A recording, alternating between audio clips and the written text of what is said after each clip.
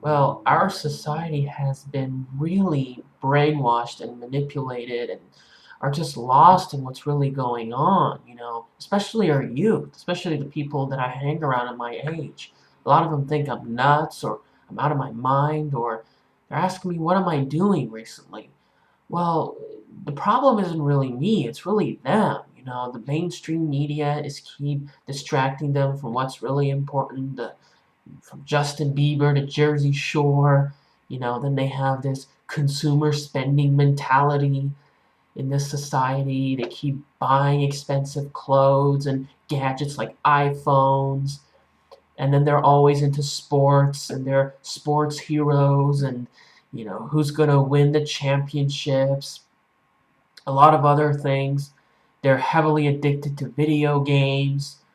And probably one of the factors, like I keep mentioning, like a lot of these car-dependent cities we live in, they make these people so isolated in their segregated housing subdivisions and their cul-de-sacs, and they have very little connectivity to their neighborhoods and other people around them, so they're glued to their homes or they're glued to their cars, wasting in traffic. And they go to these schools that basically look like prison camps, and the fact is that they keep manipulating their minds with SATs and AP classes, and they keep giving them very little choice and very little flexibility in how they want to learn. They keep judging around with them grades and how to get accepted to one college or another, even though all of this is a small component of what is important. And then, of course, they go to college, they get very little financial education, they get into debt, liabilities, they build useless accounts like savings accounts and get into 401ks that don't really benefit a whole lot. And the worst part is they're just unaware about what the future is going to happen. They're unaware about if no one is going to be there, most likely when there's health problems. A lot of our hospitals are going to be broken. A lot of crime and unrest is going to happen in the streets. People don't have money. There's going to be a lot of fighting going on. They're not prepared for that. And they're going to get violent. Young people usually tend to get more violent than older ones. There's hardly going to be any jobs, very little opportunities for them to kind of get some work experience.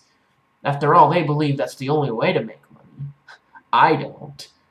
And they have high cost of living. Their food prices are going to go up. They just don't know a lot about what's going on, why it's happening. They're going to keep blaming on other useless things. And they're not going to realize that it's the currency devaluation all around the world that's causing the problem. And one of the other thing is that, they believe that, oh, the schools and the colleges are one of the only ways to be successful, and they're going to get out with so much debt and liabilities, and they're going to realize that they're going to have difficulty paying it off, even though they will pay it off. Not so difficult because higher cost of living is going to make the debt lose its value. But it's still going to be contracting, and worst of all, they're going to miss out on a lot of these investment opportunities. Hardly very few people my age even know that silver is the big thing of the 2010s decade, or their related equities. See, in their colleges and their lectures and their test taking and their requirements are just putting them in a bubble that they can't hatch up to really what's happening in our society. And then there's the media that keeps distracting them and keep brainwashing them even more. And simply they cannot believe like a total financial massacre because their parents' generation really haven't been through such a difficult time. Not even their grandparents, as a matter of fact. So it's really, really hard for them to admit that they're going to go through more difficult and very just a time of a lot of turmoil. Now, I'll admit, okay, I do share a lot of interests that a lot of the common youth have. As a matter of fact, I'll admit, last Friday I was in a Lady Gaga concert. And they had a concert in the Honda Center in Orange County, California. And basically, the thing is that you do not dump these kinds of less relevant interests. I like her songs.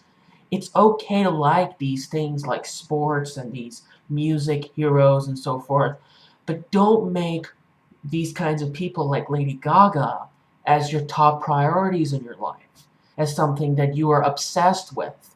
Silver markets, getting to what is booming, creating ideas for the future. That should be your top priorities in life.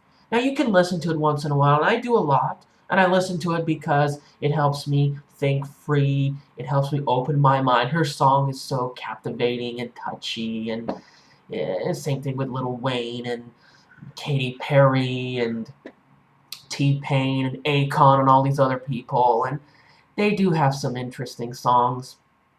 But the bottom line is this: the youth all around the world, they have very little clue in what's going on, and their minds need to be woke up. That's why I need a lot of your help, ladies and gentlemen.